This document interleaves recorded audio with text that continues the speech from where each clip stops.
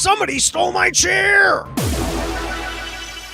First up, the secret alien technology to burn the inside of your brain. And why Bush Sr. wasn't a high enough ranking lizard to get the full details. Next, the blackmail used against Marjorie Taylor Greene and what spring break parties you can find her at in February. Next, America's Democratic Socialists gather at the White House to come to terms on what they can bring the American people for free and who has better ideas for central planning. Next, we interview the Japanese samurais petitioning the government to let them hunt bears. Next, we talk to stressed homeowners with construction projects in limbo because all the Mexicans have been taken. Next, Kevin Spacey says he's homeless, or is he just acting? That's actually all the topics from our intro. I turn it back to you, Rob, who really needs to get after this producer for stealing all the gear.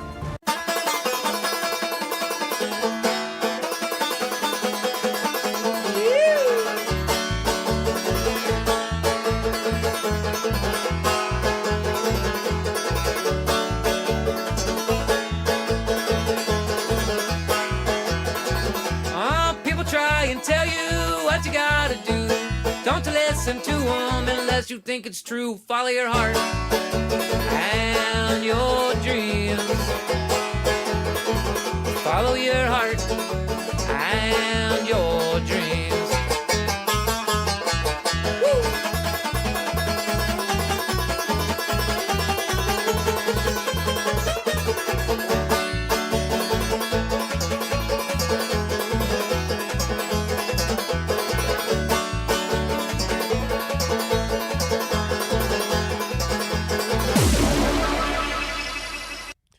What is up, everybody? Welcome to a rare Sunday edition of the Run Your Mouth podcast. I'm no longer running all around the country, going around in circles and, visiting every place, getting mad at airports. So I think we've got more time to get back to hopefully even 3 episodes a week. We used to be 3 episodes a week nearly every week.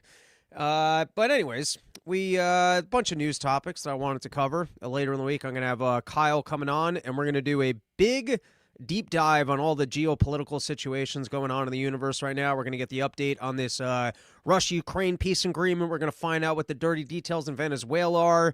I'm sure we'll get into the Gaza ceasefire. But, there was some other chaotic news, and I prefer just to go live, hit the topic sooner, be quicker, shoot from the hip, do absolutely no homework. Dude, the amount of time that gets spent reorganizing this podcast when I keep just dumping stories into a document and then I come back to it, I'm like, I don't want to talk about that. I don't want to talk about that anymore. And you know what I need to do is just do it immediate. Sell more sponsors, and that's what Run Your Mouth thing is all about. It's just turning on the mic, word vomiting stuff, and making a couple of sponsor bucks along the way. And on that note, if you want to sponsor the show and ramp this thing up to more episodes coming out with just chaos and me just going on about absolutely nothing, all you got to do is shoot me an email, robsnewsroom@gmail.com. And other than that, in the intro, I had a couple live dates that I was plugging. You can come ski with me out in Colorado, or you can come to Inga's Lounge, which is in Denver. Closing out the year, opening for Sam Tripoli at the Dojo out in Jersey. This weekend, I got a couple local gigs, which I have to make those dates available because I don't actually even know where I'm going to be. And then I think that's it for the year. Anyways, home, editing stuff, and hopefully doing more Run Your Mouths, because otherwise I'm just talking to myself in my apartment. So this is better. At least I get to hang out with you guys in the live chat. You know what I did? Sometimes when you do something, you're like, why didn't I do this sooner? I drink between, I'd say about the equivalent of about 6 cups of coffee a day. I have like 3 large iced coffees, sometimes 4 large iced coffees. And the traffic in my town has gotten so bad. Actually, that's not what happened. The traffic is really annoying, and going out for coffee is really annoying. And if I were to look at my annual coffee bill, I would shoot myself in the dick and be like, why am I wasting all this money? But I stayed in an Airbnb, and they had a coffee maker, and I discovered that all you need to do to actually make coffee is press a button. and that you can even get one that has a nice thermos and it will just stay hot all day, and then you don't have to go find coffee and spend money going on an errand that you didn't want to go on anyways. And so I finally bought a coffee maker, and I made coffee for the first time this morning. And I was like, I'm the world's biggest dumbass. Can I have back my probably $12,000 I've spent over the last 5 years on coffee? However, in the past, sometimes I've bought appliances. Like at one point, I had an Instapot, and I made myself a delicious roast. And I'm like, delicious roasts are awesome. Why don't I always just make delicious roasts? And then sometimes you get lazy about cleaning stuff, and then you just end up throwing out the appliances, and that becomes more expensive. DraftKings.com, over under on how long making my own coffee lasts until I don't clean the thing. It gets ridiculously moldy. I have no decision but to come to terms with the fact that it's moldy, throw the entire coffee maker out, and then have the expense of the coffee maker and going out for coffee once again. That's live on DraftKings.com. Not currently a sponsor, so there's no promo code, but you can find the lines on that. All right, let's get into some news stories. I see some people going off in the chat. Just Jazz letting us know that I'm the only bald man in the world that he trusts. That's I'm glad that I have your trust. Runaway Slav. See, work will set you free. Making your own coffee helps your wallet. You say that the work will set you free, and I have that joke in my back pocket. I can't wait for the day where my career gets so big, I get to sit down for one of those douchey NPR interviews, and they ask me, so why is it that you work so hard? And I go, I read somewhere something along the lines of that work will set you free, and that just really stuck with me. And since then, I just always took inspiration in those words, and that's why I work so hard. And then hopefully they're smart enough to go, oh, that's outside of Auschwitz. And you're like, oh, is that where I read that? Was that where that? You got to play that one straight, though. But I got that one in the back pocket. I'm waiting for the day when I get to do some douchey interview and maybe actually be successful and pull that one out. But I know what you're talking about, Runaway Slav. Anyways, let's get into the show. And, we're already coming to the end of the year. I don't know about you guys. I know it's only November. You still got Thanksgiving. You still got your Christmas trees. You still got to eat all your Christmas cookies. And you feel like there's a lot of year left. For me, porch tour is over. For the most part, I still got one gig left, but it's not really a porch anyways. But to me, the year's over. At this point, we gotta fire producer man. We gotta put together the studio. We gotta edit some of the standout, get it up. I'm already in end of the year mode, and so we gotta start giving out some awards for news stories this year. And this is a new award on the show. I've never given out before, but it will become an annual award. And that's the award for an article printed in a news publication that I absolutely couldn't care less about. And so this is a standout award specifically for an article that really goes in depth and delves into elements of something that the more you read, the less you care. And I couldn't believe just how much they were delving into a topic that I don't care about, that I decided that we need to have an award on the show where we really analyze things that you couldn't make me care less about this. There's no way that you could even present more information that would make me less interested in this. But here was the New York Times. You got this new Wicked movie, and women, hopefully with kids, are so excited about Wicked. People are going multiple times to see Wicked. You can't even just see Wicked once. I didn't see the first Wicked. I'm not going to see the second Wicked. They made a third Wicked. I'm not going to watch that one either. But you gotta hear this line from the New York Times, because people really care about their Wicked. And I just laughed so hard when I read this. I might have to get too close to the camera to read this. Forgive me. Wicked for Good, I guess that's the name of the movie, features 2 new songs that helped Glinda and Alpha grapple with the choices that change their destinies. Director John Poe something Asian. Inside the songs were added for plot development and not for a shot at the Oscar nomination. So there you go, everybody. If you go and you watch Wicked this weekend and you notice the 2 songs in there that could get them an Oscar, they didn't put them in for the Oscar. It was important to the plot. And this gets our award for the year for article that I challenge you to top this. I challenge you to find me an article that I care less about than this. But I'll put it up there. The O'Kratom Challenge. I'm going to call up O'Kratom. We'll get a cash prize going of a free kilo or something with some cash if you can find a less interesting article of people really delving into details that you don't care about. That's the award of the year. Good luck topping it. That challenge through the end of the year. All right, real quick, and I should have done this later. I thought I had more news stories before this, but as I said, community feel. People came out. They not only did people show up and support the porch store, which is great. We had some people that bought sponsor passes, which really does make a big difference. So just throw a follow to @_infinite_zeal. He was a sponsor. And then here's a cool one. This was out in Charleston, Periodical.INK. If you're like me, I wish I still read physical newspapers. And you know what's nice about actually flipping a book is you feel like you're accomplishing something. You can underline things. You can take notes. You can write your notes at the beginning. You can go back. You can reference the stuff.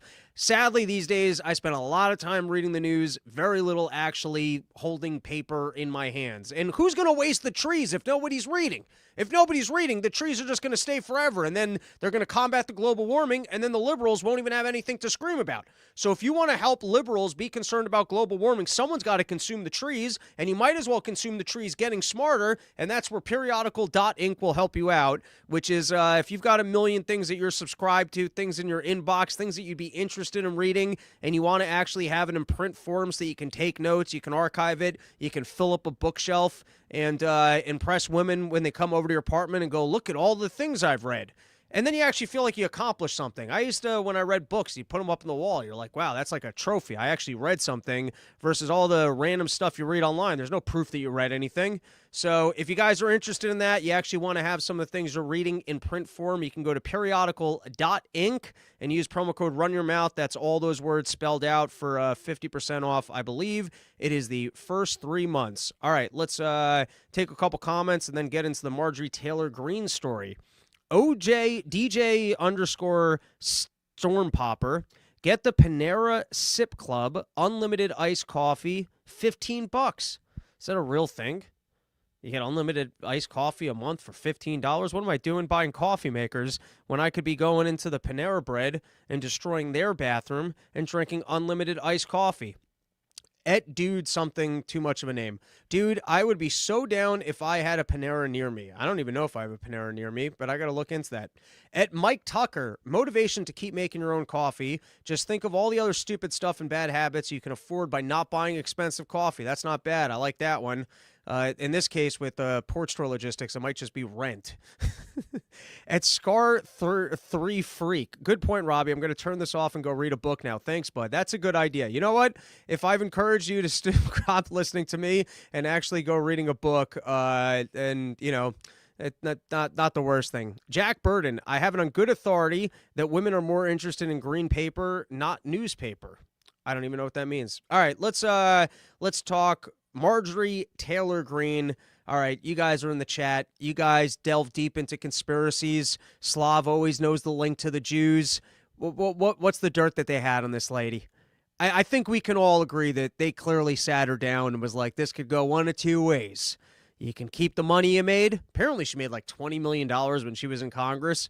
I guess if she had lasted as long as Nancy Pelosi. Can someone right now, can one of you smart people go look up if Marjorie Taylor Greene lasted as long in Congress as Nancy Pelosi? If she made more money in less years, like on a percentage basis. I should have done that before the show, but I'm first thinking of it now. Like I said, it's more fun when you shoot from the hip. You do less homework and you just say words, and then hopefully you run ads and then someone pays you. I haven't quite figured out the formula for this in my 10 years of doing this show, but anyways, what do you guys think is the beef that or what do you think is the dirt they had on Marjorie Taylor Greene? Is it like the Bill Hicks joke? They actually showed the shooting, JFK shooting from another angle, and they said, listen, you're causing a little bit too much trouble for us. I mean, 2 weeks ago, we were all looking at this lady like she was a hero. Man, was this lady putting up a shit fest. She was standing her ground. Dave Smith was saying she was the right kind of crazy, and I was saying it was just crazy directed in the proper channel, and so we were aligned at the moment, and she was raising hell. It was her and Thomas Massey, the only people you could look at and be like, these people are truly America first, and then out of nowhere comes out and goes, this is a little bit like, too much for you? What, did she bipolar and go the other way and now she's sad? We witnessed the end of the upswing, and then she's like, I'm too tired, I can't do this anymore? Because she was putting up a damn good shitstorm, and she just folded her cards and walked away. What are you guys seeing as the intel? What is the chatter? What is out there on Twitter? What is the dirt that they had on this lady? Or what is the threat that was laid out on the table? Because I don't think any of us believe that lady just didn't have any more fight in her. And if you want to talk about the problem with American politics, is that if every single time you actually get someone who's being truthful, honest, and representing the American people, they just get threatened out of existence. How is Thomas Massie still going? Is he the cleanest schoolboy of all time that they got nothing on him? That's what I'd like to believe. I'm not even going to state what the alternative might be because I'm hook, line, and sinker queef for Thomas Massie. Make those shirts. Libertarian queefs for Thomas Massie. But what do you guys think? What do you guys think in the chat? All right, let's go. Slop City saying MTG pulled out to prepare for a presidential run, but dude, no way she, and then you stopped. I don't buy it. I don't buy that she's stepping because I think she could have continued to raise hell and continued to raise her profile, and I don't believe that her leaving Congress makes her more presidential. But, maybe I'm wrong on that. Thomas wants to say no dirt. She's just eligible for benefits starting a few days ago. I don't buy that one either. I mean, it could be. It could be that she's eligible for pension and she decided she put in her time. But supposedly she's made like $20 million since she's there. So it doesn't sound to me like once you've made that much money that your congressional pension would make that much of a difference to you. I'd like to do a term in Congress. I have no interest in actual Senate work or presidential run or really anything meaningful, but it would be nice to be on the front lines of the television spectacle that is our political arena. And then also, I guess if you can get elected 3 times, fact check me on this, but beyond the pension, which I don't know how good the pension is, I think you get government health care for life. You just got to survive 6 years.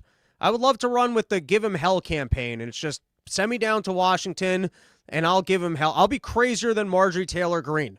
I will be nuttier than that lady, and I will give him hell. Or maybe that's too negative, and then I could just revert back to my other campaign, which is the Whatever You Need campaign. I feel like that was a pretty good campaign. And then once you win 2 terms, your third term could just be, we're going for the pension. Most honest politician of all time. Give me one more term so that I won't even do the full 2 years. I'll just stick around for one more, clock that 5th year, and get my pension and government benefits, and then you suckers are on your own. You suckers, and then you could go the other way. That's very Mad Magazine. You suckers are on your own. I don't want to do this job anymore campaign. And then you could see if people elect you against your will so that you have to do the job for longer. But I don't know. Are there any conspiracies lurking? Anyone got some good deets on who threatened her with what? Because I've never seen a news story sooner where I was like, seems like they had some dirt on that lady. But who knows? Maybe she'll get herself a TV show and she'll continue to be a glorious loudmouth. But based off her tweets, she sounded like she was tired and she didn't want to oppose Donald Trump anymore. So, all we can do is speculate and wonder who in the deep state placed a phone call with her, why they didn't place the phone call sooner, and what the threat was. All right, let's move on. All right, we've got Caesar Frank saying 100% her family was threatened. Oscar saying Israel killed Massey's wife, though. And Mike Tucker saying, I'd vote for Robbie's congressional boondoggle. Why not? There you go. All right. Now, let's move on to Mamdani at the White House. How long do you think that bromance is going to last? How long do you think Mamdani getting along with Trump is going to last? Firstly, it was the first time in a long time that we saw the smooth Donald Trump. We've been watching the crash out, very uncool, not funny Donald Trump. That's who we've been watching for a little while. But he had the first smooth moment in a while where they were asking Mandani in front of him if he still thinks that Donald Trump is a, what was the word that they used? A fascist. And then Donald Trump hilariously was just, say yes, it's easier. just shut down the entire media thing of like, these people are a bunch of idiots. We're trying to get along. They want to make controversy everywhere. Let's just give it to them. Just say yes. I can take the heat. People call me fascist. They call me Hitler anyways. These people are a bunch of idiots. Don't worry about it. First time in a while, we've seen a smooth moment from Donald Trump. With that said, I don't know about you guys. I was furious about the visit. I think as things don't get better in this country and people are more concerned with their health and financial well-being, and they continue to see their assets, well, not their assets, because if you're in physical assets, they might continue to inflate to wazoo, and then your house and whatever else you own might just keep going up in value until eventually the bubble bursts, and then you're in trouble. But until that happens, you know, if you're sitting on your physical assets, you might just keep seeing them climb in price as they continue to pump out dollars. But I understand the political environment that we're in, where there's a lot of corporate welfare, and people are like, you know what I got to do? I got to join with my tribe, and I got to go out there, and I got to complain. I got to be a liberal Jew, and I got to make sure that some of the free government money is coming my way. Because there's no honest way to make a living. The American dream is dead. I can work as hard as I want, and they're going to fuck me. So what I got to do is I got to get out there, and I got to figure out how to get on the winning complaining team to make sure that government free resources are coming my way. And what happens in those environments is suddenly socialists are, you know, exciting because they're like, listen, I'm going to actually make free things for you. And then you also get, you know, strongman dictator types that might, you know, unite the white nationalists. And that could be a problem, too. The point is, the worse it gets economically, the more favorable of an environment you have for people going, the system's broken, nobody's fixing it. Here's some free stuff, or I'll go straight dictator and clean this thing up and get rid of your political enemies who are the ones complaining and grifting for more socialism and getting all the free stuff. Now, I thought that the hope for Mandani and the move that the Republicans needed to play was let that man fail as spectacularly as possible. You look at New York City and you go, man, did we love New York City. But if you guys want full-scale socialism, good luck. And let them implement as many of the policies as they're looking to implement.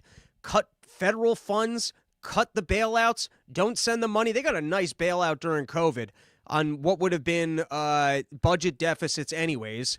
But what we need is for the policies to fail so spectacularly that people leave that state, leave that city in droves. They end up in more of a fiscal hole, and people turn around with a bit of an education of, wow, voting for socialism really ruined my life. The same as during COVID, just going, hey, trust the government. They've got a plan, and some people got an education that maybe the government's plan isn't actually in your interest, and maybe you don't want to just blindly follow the lead of the government. But here you go. And I feel like Mandani looked better than Trump in that. I don't know why Trump was sitting down. Usually Trump's better with the television optics. But Mandani, all smiles, super smooth from all the pictures that I saw. And there you go. Basically has Trump's endorsement, hoping that he succeeds in New York City. And I don't know about you guys, but I felt like that was the wrong move. You got to distance yourself from this guy. You got to go socialism, not good. Good luck. Your state and city are going to fall apart, and when it does, I'm going to work with the Republican Party to get a better Republican in there so that you guys can have a little bit of fiscal sanity and actually clean up the mess. All right, let's see what we got in the comments. President AOC is the path we are heading down. I think she will lose in a general election, but we'll see who she runs against. But I just think she's not quite Kamala Harris level stupid, and I get that. Excuse me, I got to pull that out of my mouth. I get that people like the pitch of free stuff, but she has flagrant enough stumbles that I think your mom and pop Americans are actually not going to feel comfortable trusting her as president. But with that said, it's really going to depend on the economy and Donald Trump's next 2 years and how much there is a flavor of just throw the bastards out. And the Democrats don't have much of a bench. So if she wins the nomination and ends up with the Republicans end up with J.D. Vance, and J.D. Vance is kind of running off of Trump's record, and people are still furious with Trump, they've got more of a chance. But I actually don't think AOC is going to win. That's my prediction at this time. All right. DJ Stormtrumper. The disloyalty of Trump to his cultists is really something to behold. I could not agree more. Anyways, I got to condemn that one. I didn't like seeing the guy there, and I thought it was the wrong political strategy. And I think Republicans, if anything, should be hoping that New York City fails spectacularly and that people learn a harsh lesson. All right. Couple more quick topics. Let's plug a sponsor real quick. Like I said, shoot from the hip and sell more advertising. Sheath.com. I'm sure, I got to hit up Bobby the Bank. I'm sure they've got fantastic specials going for Thanksgiving. I'm going to wait for Black Friday. I'm going to load up myself. Sometimes they even let you stack promo codes where they got a special going on the website. You can throw a promo code on top of that. Please do use promo code RYM. You get yourself 20% off the greatest underwear that's ever graced the balls of man. I can't wear anything but sheath at this point. My thighs are too fat. I've eaten too many donuts. I've done too many squats. There's too much friction in there. I need that silky sheath that just glides, keeps everything cool, comfortable, and collected. Every single person watching this show live, people in the comments, they'll all tell you they still have their original pairs. Sheath is the shit. If you end up with a better promo code on their website, go ahead and buy it. Shoot them an email. Be like, keep supporting the Run Your Mouth podcast. I heard about your product here, but they've been a longtime sponsor. Absolutely love Sheath, and I can recommend them as a holiday gift. Sheath.com, promo code RYM, and they even got lady wear that looks pretty good on a lady. So if you got a lady and you got to buy some gifts, don't be shy about purchasing some sheaths for your lady. All right. Now let's move on to the change in classification on the CDC website in regards to whether or not vaccines cause autism. And obviously, I did a lot of programming where I came out against the COVID vaccine, which was not actually even a vaccine. Now, when it comes to standard vaccines, and I'm going to watch my words here because the last time an episode got pulled, it was when I had Dr. Krim on, and I was asking him questions about vaccines, and although he was defending vaccines, that episode still got pulled. I am completely agnostic and mostly unresearched on the topics of general vaccines. One day, I hope to procreate, hopefully not in the near future, but, at some point, and then I'll have to actually dig into it. But my conversations with Dr. Krim and Stephen, the Wonder Boy non-scientist, I am not particularly alarmed about vaccines in general. I'm not saying that the measles, mumps, and rubella is good or bad. I don't know. I don't know enough about it, okay? But there's something so typical RFK and so annoying about the way that this change was made, where they're not actually telling you that vaccines do cause autism, because I guess they don't have the evidence to make the claim that they certainly do. They're just changing it to say that there's no evidence that they don't. And I guess the burden's on you to go do your research about whether you think they do or they don't. I want to highlight just another issue here, which is RFK Jr. does get referral fees, which includes to a firm or I believe even lawsuits that happen to do with vaccine injuries. And I would have to guess that because I saw this with COVID. It was always the thing, well, the FDA said, it's a big thing with supplements in general, whether or not it's known to the FDA to be safe or it's got FDA approval. It's that whole thing of this guy told me, that guy told me, the self-referencing. And so I guess if there's a formal classification from the government of that vaccines are not known to cause autism, I'm sure even though I guess there's already not liability for vaccine companies, I'm not a lawyer, but I would just guess that helps your case in court to go, well, our own government does not recognize. I understand that there's an expert here telling you whatever, but We are in the United States, and the United States government does not recognize the issue that expert is telling you, and we have no evidence to suggest it, so therefore, jury, Your Honor, there is no reason for any of us to speculate that our product actually damaged this individual, and if it does, go talk to the United States government because they gave the blessing to this product.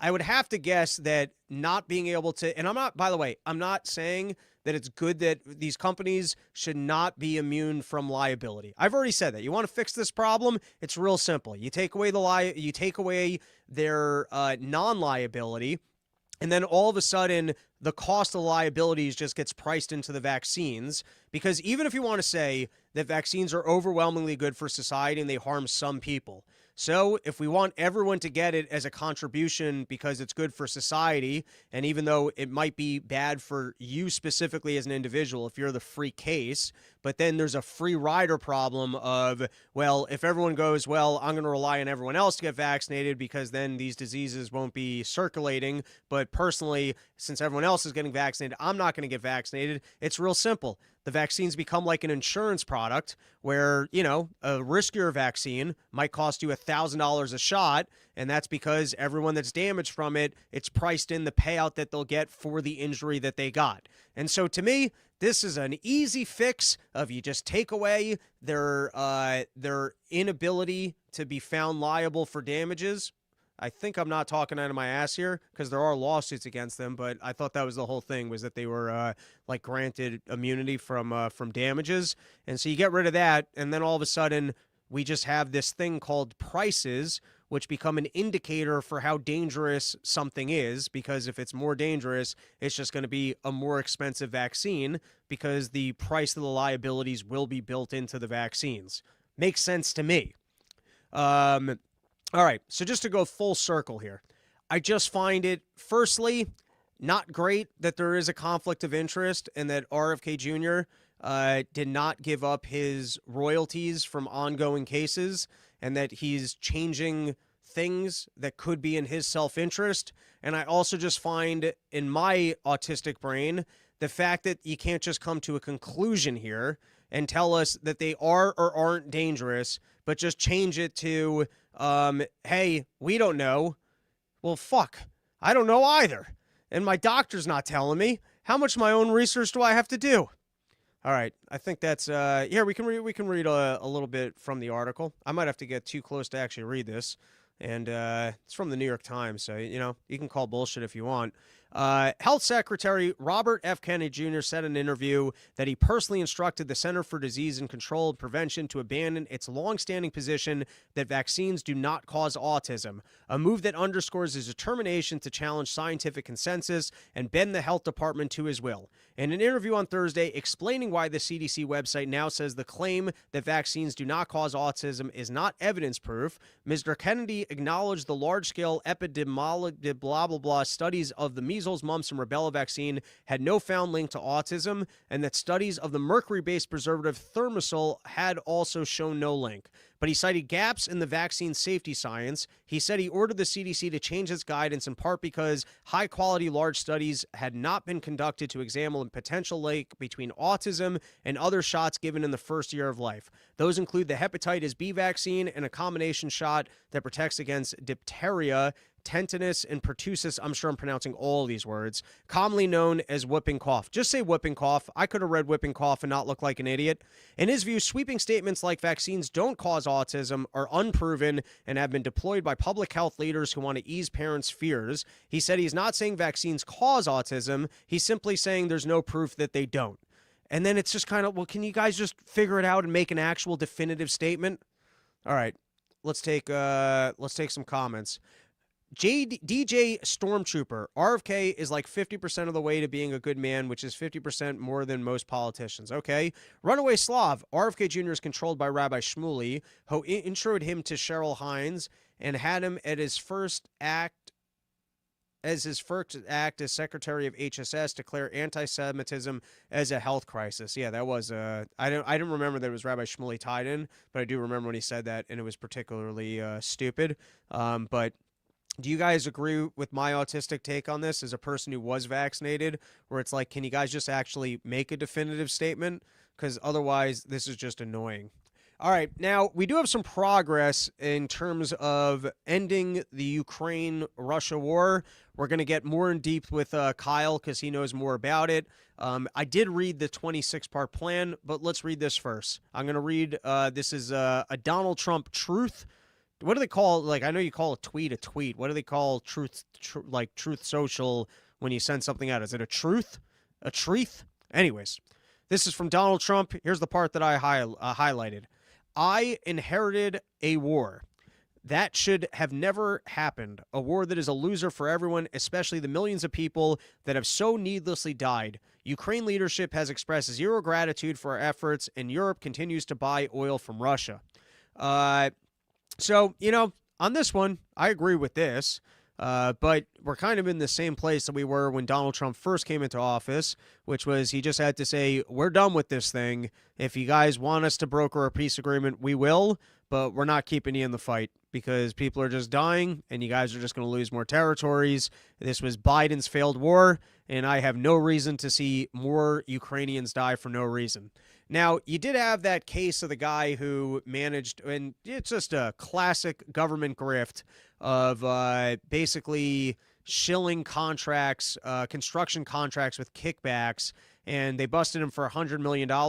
I'm sure that it was for more. Apparently, friend of Zelensky used to be in the comedy troupe. How weird is that? They were in a comedy troupe together, and then there were other details, but Zelensky's claiming no involvement.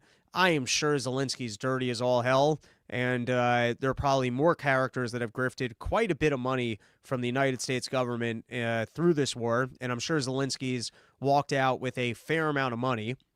But there's a couple things. Zelensky has to have elections. They have to concede territories that have not been currently won by Russia. But then this sounds objectionable. There's some sort of a security guarantee for the Ukraine from the United States of America. And of course, it's ambiguous because that's a classic Donald Trump plan of everything's figured out. I have none of the details for you. And obviously, they can't join NATO, but it seems like a security guarantee kind of brings you back to the exact same place. And of course, we're in the same place we were at the start of this war, which was just don't have the war and don't fund it, because Ukraine's not winning and people are dying for no reason.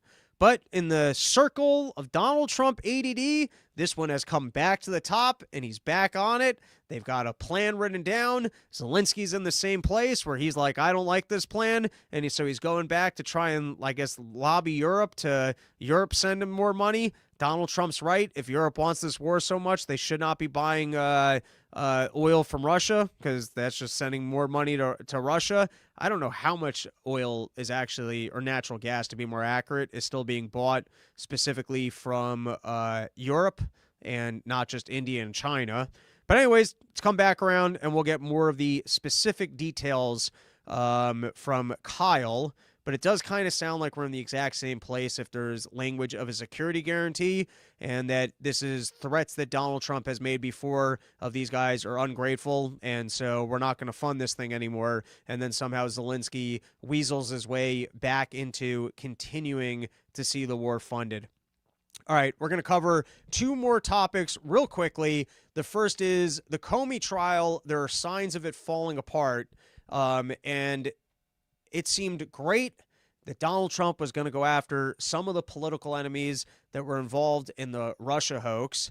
And then also you've got a whole thing with the Jack Smith trial with Republicans calling it worse than Watergate in the way that they had even had seized the phone records of even Republican senators. And listen, they did Donald Trump dirty. They absolutely used the criminal justice system against him, tried to get rid of him as a political enemy, undermined his first run at presidency, and to whatever extent you want to go after the characters in the deep state that engaged in that criminal activity, take them all down. But I had said with the Comey one, it's going to look real bad if they can't actually get the guy, and it's looking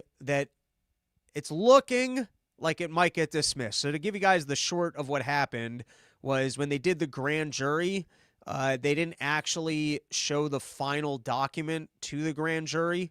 There was like a change to the final document, and I guess the grand jury needs to see that. And they also made a promise to the grand jury that there was other compelling evidence that they weren't presenting at that time. I'm not a lawyer. I don't know all the ins and outs of these things, but from what I've read, it sounds to me like there was some slop in their last their last ditch effort to get this done before the statute of limitations ran out. Now, with that said, perhaps the fact that they even opened up this case, even if this one gets thrown out, maybe that extends the statute of limitations. They can hit him with something else. But just talk about Donald Trump being a loser. And same as I had said, that there might have been election fraud against Donald Trump the last time, but he wasn't able to prove it. He was in office when it happened. He let them get away with it. So at the end of the day, that kind of makes him a loser. And so in this one too, I mean, if these guys so can't get their shit together that they can't properly educate the American public to these deep state actors and the way that they're undermining our interest, and then when they bring these lawsuits, they do them so sloppily that they're just getting thrown out. I mean, it's like, just get it together. Have a win. All right. And here's Bondi is useless. I couldn't agree more. Jack Burden 806, the country funding, arming, training Ukraine to be a proxy, negotiating an end to a war we provoked only in America. Yeah, that sounds great. I mean, that sounds accurate. Jack Burden 806, Jack 8 sounds a bit too sleazy. All right, and then here's the last one was, God bless the freedom of the press that with the, it's the prince, right? The prince of Saudi Arabia, he had to field a question in regards to Kasahogi, who I think everyone understands that Saudi Arabia killed. And it's nice that you can show up to the Oval Office, and we have enough freedom of the press here that every once in a while someone gets lobbed a very difficult question. And then, if you're Donald Trump and you're running our country and you want to continue buying oil from Saudi Arabia and having them as a strategic partner, what are you going to do? What are you going to do? Say shame on you? The decision's been made that Saudi Arabia is an ally and not an enemy. What are you going to do? I'll put it to you guys. Would you guys have preferred that Donald Trump blow up Saudi Arabian relationships and go, yeah, what happened to that guy? And shame on you. Now, I've talked about this on other shows. I don't want to go too into this. I've talked about this on some other podcasts before. And obviously, I think we can all agree that those people killed Kasahogi, right? I think we can all agree that that happened. And then we can also agree that they are so politically powerful that they're able to get away with murder. None of us are able to get away with murder, but you can reach a stage of wealth and power where you're bringing so many resources to the table that people will go, all right, well, that guy murdered someone. And the reason I bring this up is because I hate talking about real stuff, but I've talked about this on other podcasts, and I had a bad example for my theory, and this is a good example for my theory, so we're going to delve into it. I personally believe in a higher power, and sometimes when I read books on, like, just evolution and consciousness and whatever, I feel that there's a lacking thing in there that these people seem to like the idea of morality, but they don't have any justification for why you should have morality. And then sometimes they go, well, there's a social code that we all have to adhere to the social code, and that helps everybody. And so that's where morality comes from, is just the human intellect and the fact that we do better by getting along, and you'll be shamed if you don't adhere to the social code. And so morality is just an outpouring of consciousness, which came from evolution. But then I'm just saying, if you really just buy into no higher power and evolution, then you're playing the game wrong, because you might as well go for having enough power that you can get away with murder. And then you got to start to wonder how much of these social rules are like Chinese social credit scores of elites that play by different rules, lie, cheat, steal, and murder, and shame all of us into not using those tools so that we continue to always be weak while they exploit us. Now, I don't adhere to any of this, because, I don't. I just think that there's a value to morality. But I think that that's, beyond the fact that no one knows why we spontaneously came into existence. And then there's other leaps of what the hell are we doing on Earth?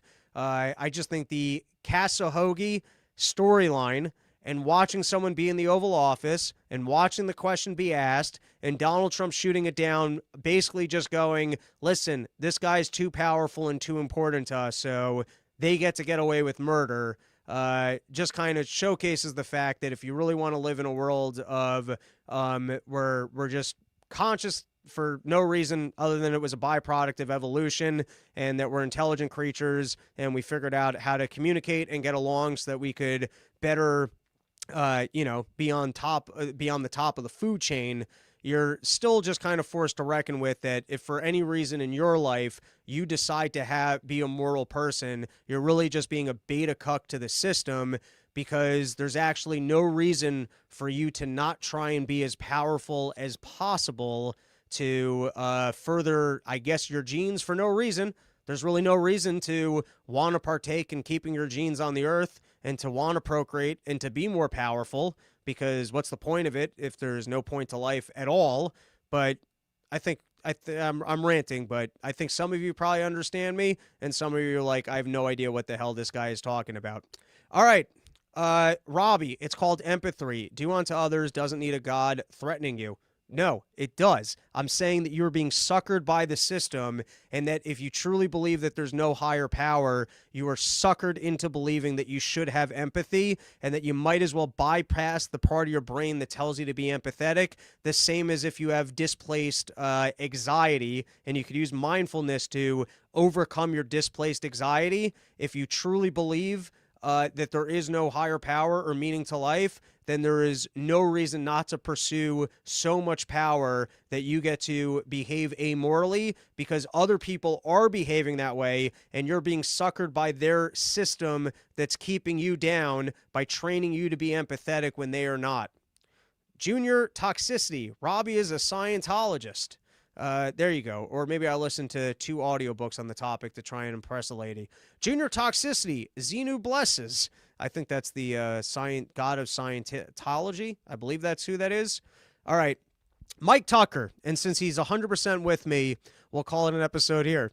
Mike Tucker, 100% with you on morality, man. If it was evolutionary, immorality would have been bred out of us by now. I don't know if I registered that thought. All right, that's our episode. I enjoyed this. Less prep time, more shooting from the hip, more sponsor dollars, hopefully some paywalled episodes at some point. Let's go. Let's make 2025 the year of wealth, and when I can go back to drinking iced coffees. Shoot me an email. Send me money. robsnewsroom@gmail.com. I'm going Jewy. I'm going Jewier in 2025. More direct pitches to people. That's our episode. Back on Wednesday with Kyle. Looking forward to it. We're going to get all the dirty deets on all the crazy shit that's going on in the world. That's it.